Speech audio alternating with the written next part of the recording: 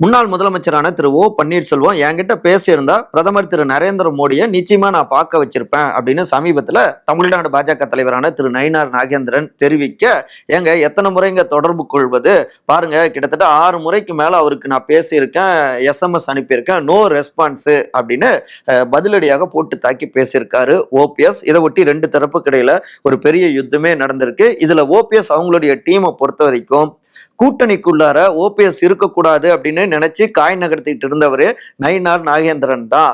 அவரு முன்னாள் முதலமைச்சரான திரு பழனிசாமி அவரோடு நெருக்கம். 2 பேருமே ஓபிஎஸ் இங்க கூட்டணிக்குள்ளார இருக்கக்கூடாதுன்னு நினைக்கிறாங்க.